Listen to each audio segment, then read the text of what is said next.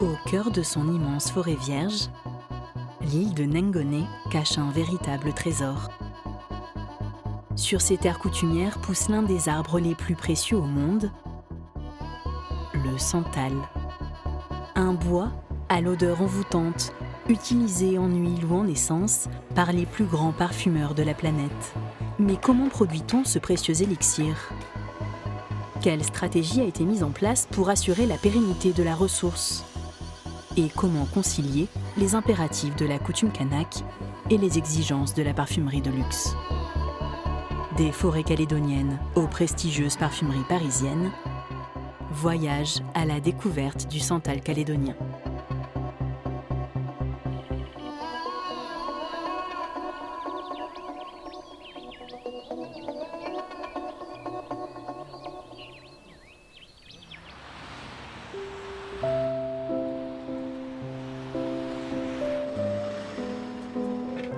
Au cœur de Paris, flotte une délicate effluve du Pacifique. Bonjour. Bonjour monsieur, soyez le bienvenu. Un bouquet d'ingrédients subtils, assemblés par les plus grands parfumeurs français.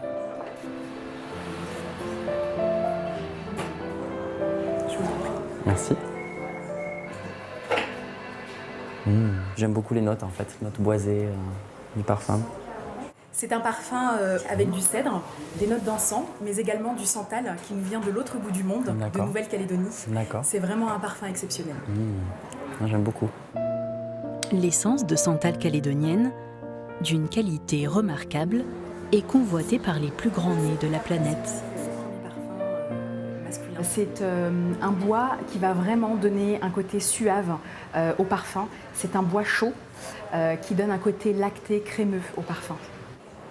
Ça m'évoque la rareté, quelque chose de un peu de mystérieux,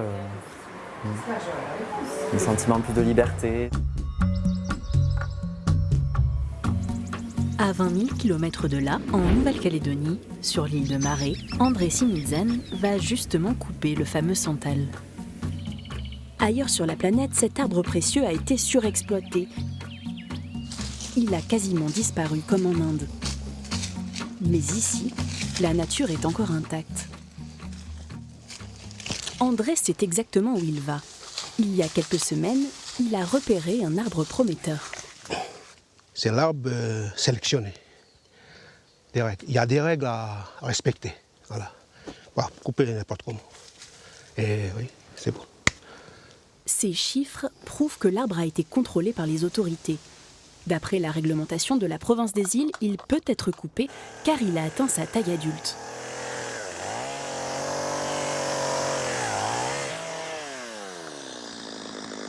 Plus l'arbre est vieux, plus les arômes contenus dans le bois de cœur, cette partie la plus sombre du tronc, sont concentrés en essence. Ça sent bon, le parfum du santal.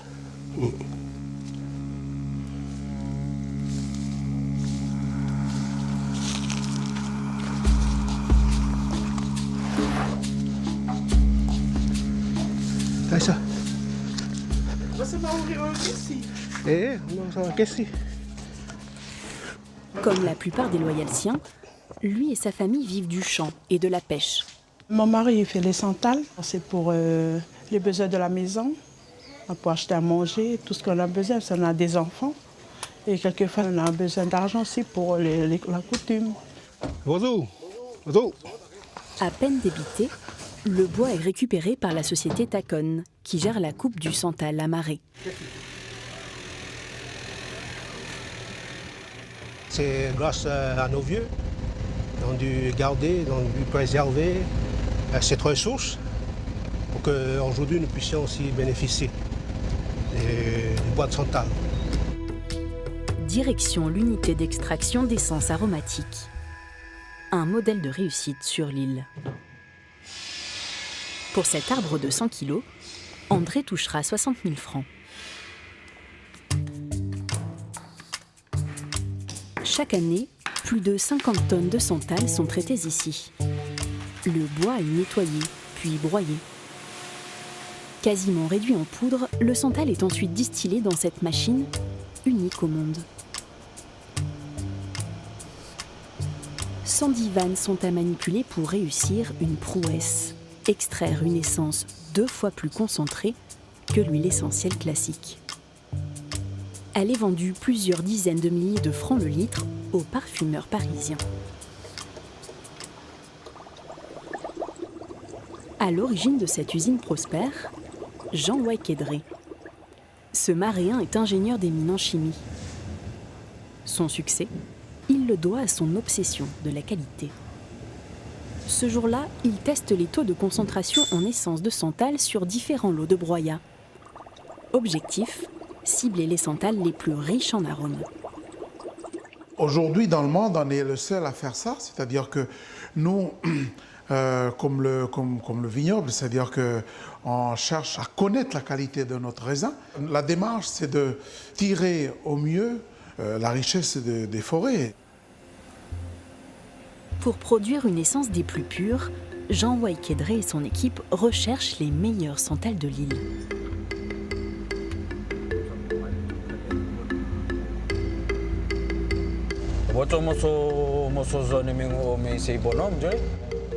Ce matin, ces spécialistes du santal se lancent dans une chasse au trésor, en quelque sorte. Ces hommes espèrent découvrir des arbres d'exception dans une forêt jamais explorée.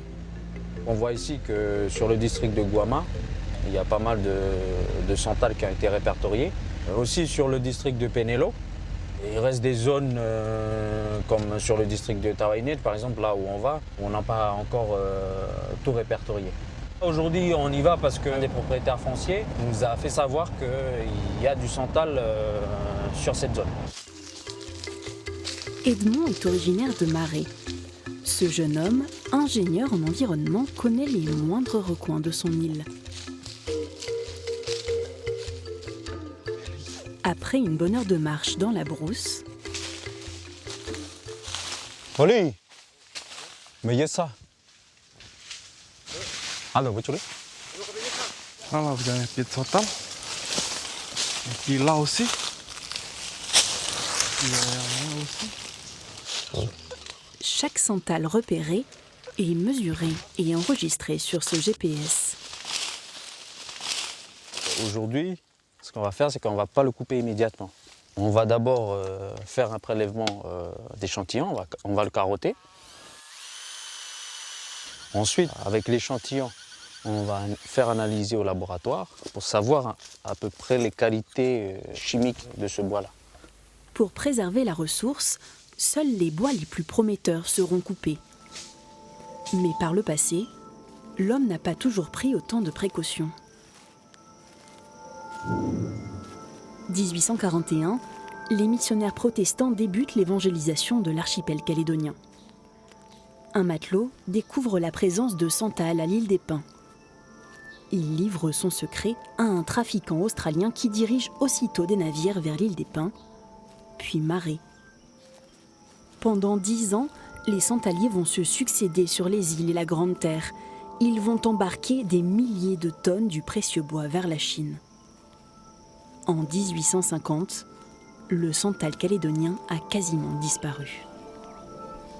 Heureusement, depuis, les arbres ont repoussé. Dans la forêt, Edmond et ses hommes poursuivent leur sélection des meilleurs santals pour satisfaire leurs clients prestigieux.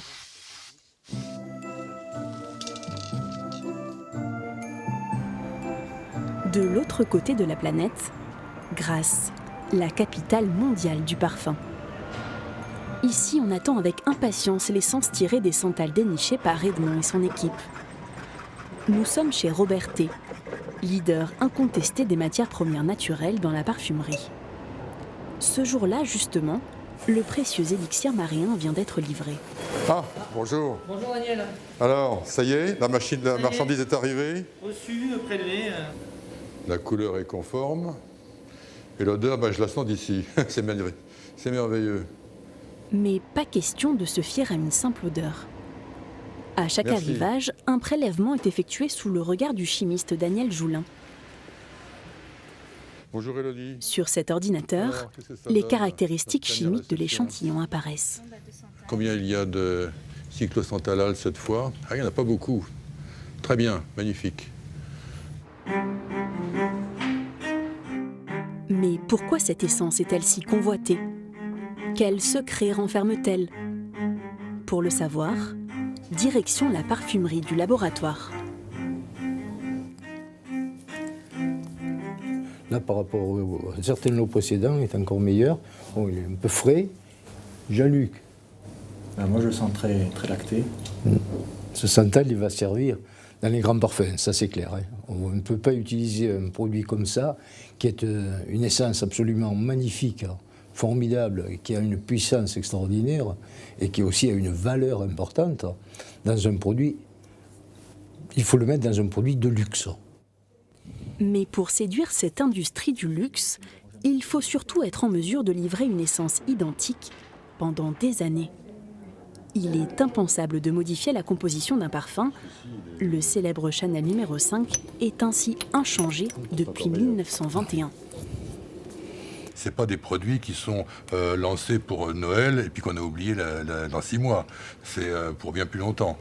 Vraiment, sur place, il y a eu une volonté de pérenniser ce produit et de faire quelque chose d'exceptionnel. C'est extraordinaire, je trouve. Je ne connais pas d'autres cas, excusez-moi, mais je ne connais pas d'autres cas. Alors que le soleil se couche à Grasse, à Marais, on se prépare justement à replanter des arbres pour assurer l'avenir. À 2 pas de l'unité d'extraction, sous ces serres, 6000 pieds de santal grandissent, à leur rythme. Il faut de la patience. Les santales qui sont là, elles sont bonnes à couper dans 25-30 ans après. Sur l'île, le reboisement est une priorité. Cette année, 15 000 santales sortiront de cette pépinière. Il faut assurer la pérennité de la ressource, donc, c'est-à-dire reboiser. Ça, c'est très important. Et donc, la réglementation de la province des îles prévoit que pour un arbre coupé, on doit en replanter 3. Même si elles sont toutes proches, la serre et l'usine n'appartiennent pas à la même société. Et c'est tout le secret de la réussite de cette filière à Marais. D'un côté, il y a la société Tacon, qui gère la pépinière, le reboisement et la coupe du santal. Elle appartient aux coutumiers du district de Guama et fournit le bois à l'unité d'extraction d'essences aromatiques. De l'autre, il y a donc l'unité d'extraction de la société Serei no Nengone. Elle produit l'essence de santal. Elle appartient à des investisseurs maréens et métropolitains, dont le parfumeur Roberté. Les coutumiers de Marais sont donc associés au succès de Serei no Nengone. Et ils ne sont pas les seuls. Edmond et ses collègues chargent une 60aine de pieds de santal prêts à être replantés chez un particulier. Lui aussi va tirer profit du santal. Direction le centre de l'île. Oui. Oui, bonjour. Le Yahweh. Oui.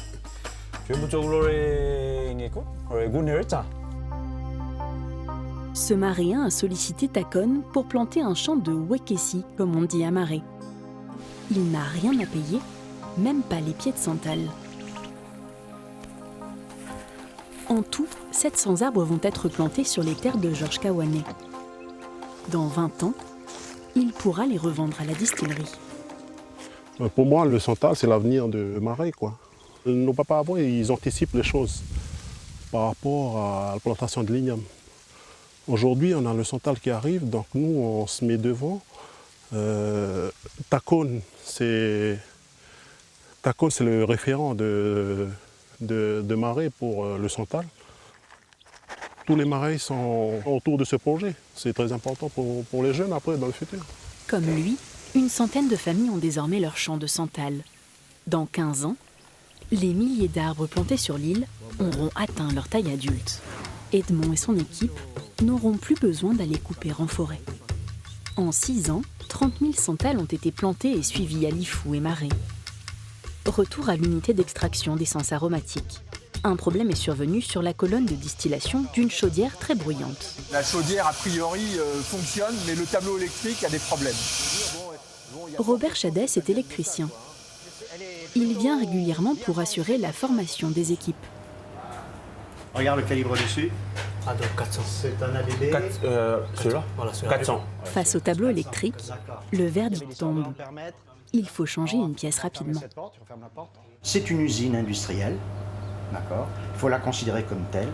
On trouve toutes sortes d'équipements identiques à ce que l'on trouve sur une grosse usine telle que la SLN, sauf que c'est beaucoup plus compact. Donc ça nécessite autant de technologie qu'un employé spécialisé à la SLN. Ils sont demandeurs, ils sont très attentifs, très réceptifs, et ça, c'est énorme. Voilà, bravo messieurs, hein, puisque vraiment, c'est un plaisir. C'est Marcel qui devra se charger de changer la pièce. Ce jeune maréen est employé ici depuis l'ouverture de l'usine en 2009. TGBT2. Je suis parti d'un niveau BEP, d'installation sanitaire. Et du coup, je suis venu ici avec rien. Bon, j'ai commencé à travailler avec un simple employé comme ça. Du coup, 7 ans s'est écoulé, maintenant je suis un responsable de production. C'est négligeable. La distillerie a été un tremplin pour une trentaine de jeunes maréens comme Marcel. SNN dépense plusieurs millions de francs par an dans la formation.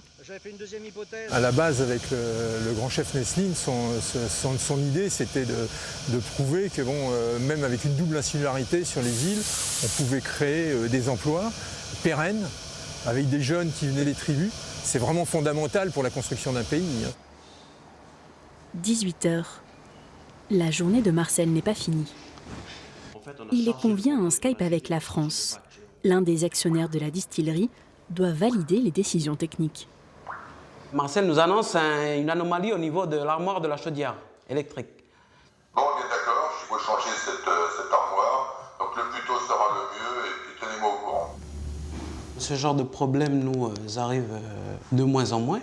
Avec les formations qu'on fait sur les jeunes d'ici de Surmarée, on réussit à prouver qu'on devient de plus en plus autonome.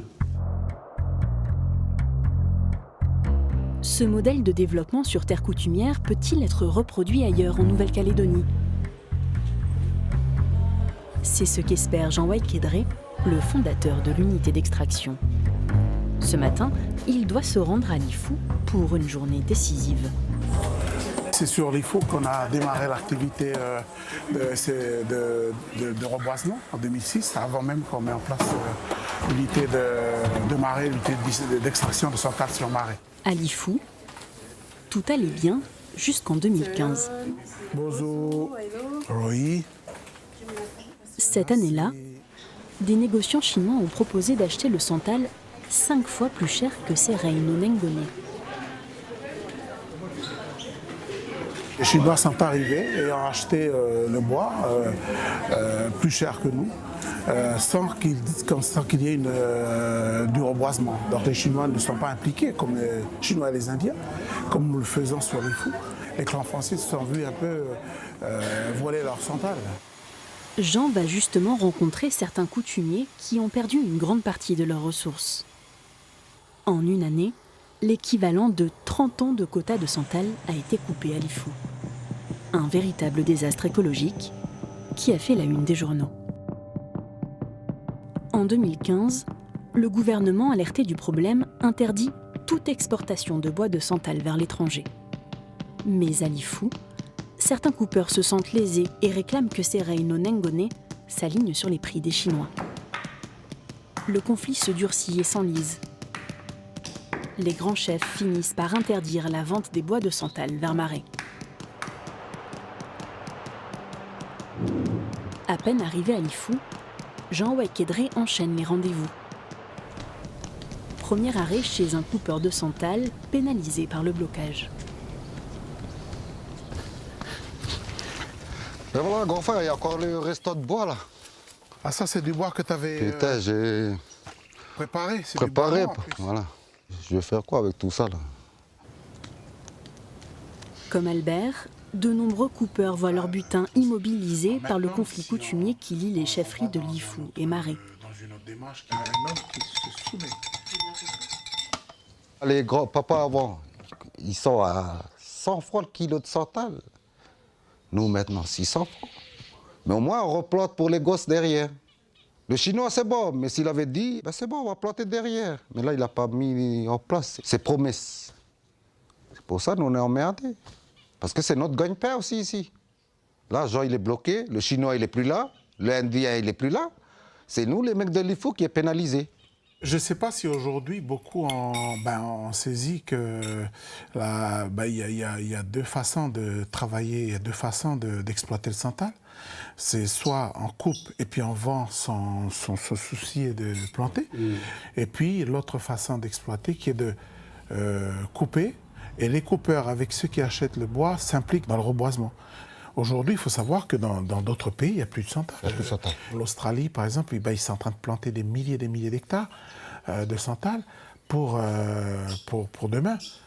Les gens, Albert est désormais convaincu du modèle à suivre. Pour renouer les fils du dialogue, Jean Waikedré a justement rendez-vous à Dokine avec des petits chefs qui le soutiennent. Bonjour. Ensemble, ils espèrent faire avancer les négociations pour que les grands chefs autorisent la vente du bois.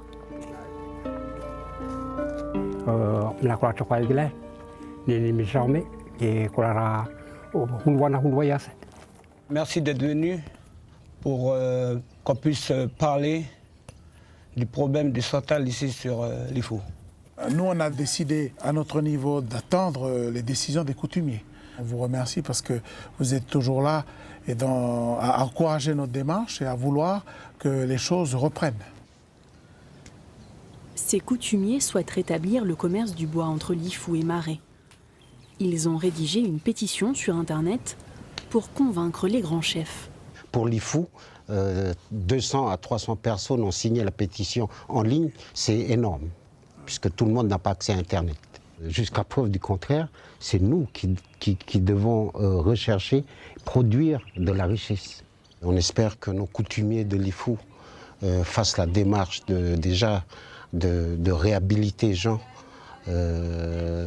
dans son activité, de faire le geste de pardon. Avec l'exploitation, il faudrait travailler avec Jean, avec la ressource, la qualité de santal, il y a ça tanne et puis ça reste, il n'est que ça, mais puis ça.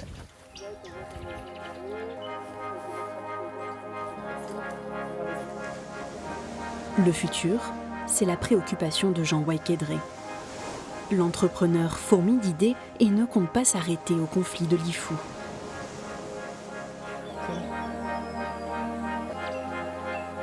Direction les Grandes Plaines du Nord.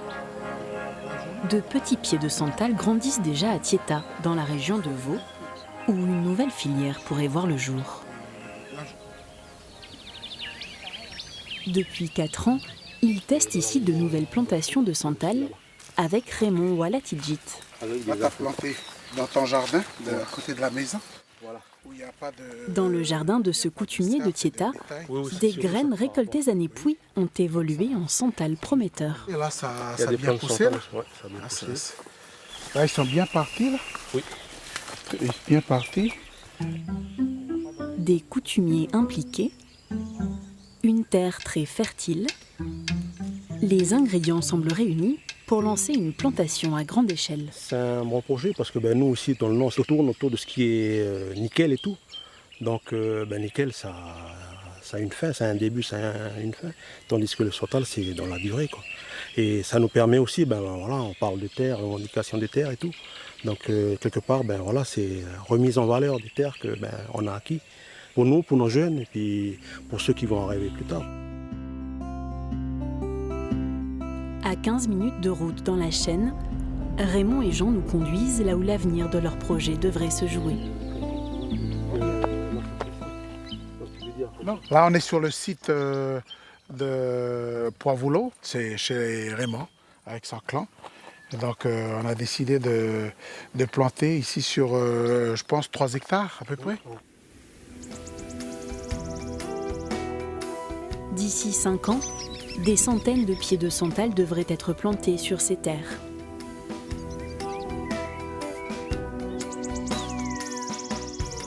Dans une génération, les familles pourront donc vendre les arbres matures. D'autres tribus de la zone VKP pourraient rejoindre le projet.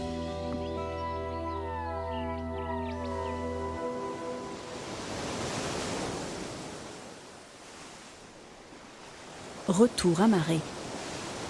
Avant d'attaquer sa journée de travail, Jean Waikedré s'affaire dans son champ. Une pause dans son quotidien trépidant de chef d'entreprise. Aujourd'hui, si c'est à refaire, je pense que je ne serais pas courageux. C'est quelque chose qui a été difficile à mettre en place parce que les gens sont quand même attirés par le gain rapide, l'argent rapide. Il faut payer tout de suite et puis il faut avoir le pied. On plante aujourd'hui, il faut l'avoir demain. Un peu comme l'igname qui met 6 mois. Donc voilà, et le santal, c'est quand même 15-20 ans. Donc amener les gens dans cette démarche-là, c'est pas si évident que ça. Moi-même, je suis étonné de la réussite. Je ne pensais pas qu'on allait arriver là, mais le courage que j'ai eu, c'est aussi du fait que le grand chef Naïsline m'a soutenu, parce qu'il faut quelqu'un dans le monde de la politique et de la coutume, et il faut quelqu'un comme moi qui est convaincu que le développement peut amener quelque chose. À Serein au Nengoné, une nouvelle distillation va commencer. L'essence produite est réservée pour un grand parfumeur parisien. Elle doit être d'une qualité irréprochable. Tiens Patrick, pour les 2 communelles, s'il te plaît, tu peux les analyser? Patrick Malakai, le directeur de l'unité d'extraction, effectue les derniers tests chimiques avant l'envoi. Il utilise une technologie de pointe. On a des taux assez élevés en santalol. Okay. Des taux en santalol des plus satisfaisants. La production du jour est validée. C'est une grande fierté pour moi, mais pour l'ensemble de l'équipe, aussi bien de Marais que de Grasse, que de nos maires, ceux qui travaillent avec moi autour de ce projet. Pour les îles Loyauté, c'est exceptionnel, on est les seuls à faire ça, on exporte d'ici. On ne dépend pas des subventions publiques, on ne dépend pas de l'argent des collectivités, on a su nous-mêmes se construire et s'émanciper. Ce jour-là, 350 litres d'huile et d'essence de santal sont prêts à être expédiés en France. Avec cet élixir doré, la Nouvelle-Calédonie va parfumer la planète. Jean Waikedré et son équipe ont su allier coutume et développement économique, un modèle kanak qui fait la fierté de toute une île.